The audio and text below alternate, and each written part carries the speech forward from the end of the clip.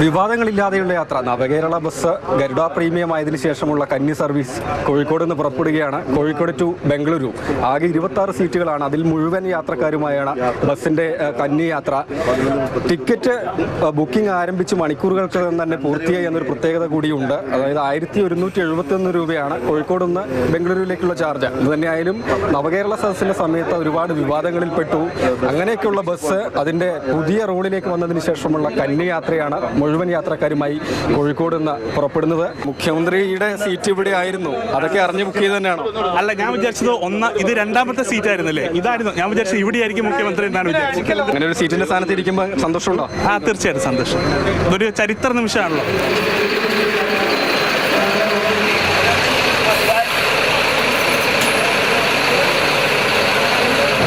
ഈ hydraulic lift ഉള്ളത് ഒരു സഹായകരായോ? പിന്നെ ഒരുപാട് സഹായകരം. കാരണം നമ്മൾ ശരിക്കും പറഞ്ഞാൽ അവിടെ ഇരുന്ന് കഴിഞ്ഞപ്പോൾ നേരെ ഈ ബോർഡ് നമ്മളെ ഈ പ്ലാറ്റ്ഫോമിലേക്ക് എത്താൻ വേണ്ടി കഴിഞ്ഞു.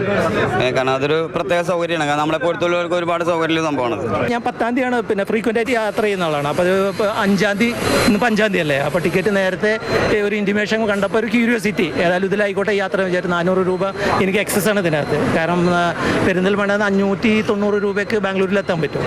ഇതിപ്പോൾ പെരിന്തൽമണ്ണ ഞാൻ കോഴിക്കോട് വന്ന്, കോഴിക്കോട് നിന്ന് പിന്നെ ഇവിടുന്ന് ബസ് യാത്ര 7 മണിക്കൂർ, ഇവിടുന്ന് ഇനി യാത്രയുണ്ട്. നല്ല യാത്രയായിരിക്കും എന്ന് വിചാരിക്കുന്നു.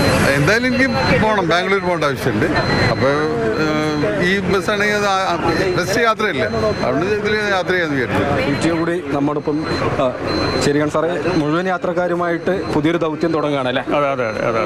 കോഴിക്കോട് ഇപ്പോൾ സംബന്ധിച്ച് ഒരു അഭിമാന നിമിഷമാണിപ്പോൾ.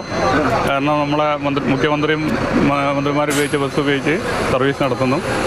അത് നമുക്ക് കിട്ടിയതിൽ വളരെ സന്തോഷമുണ്ട്.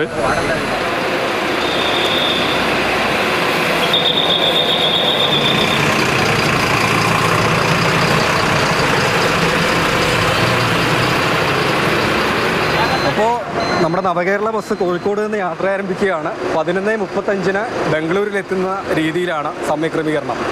കോഴിക്കോട് നിന്ന് ജോം ടി കെയോടൊപ്പം രാഹുൽ KV, മാതൃഭൂമി ന്യൂസ്.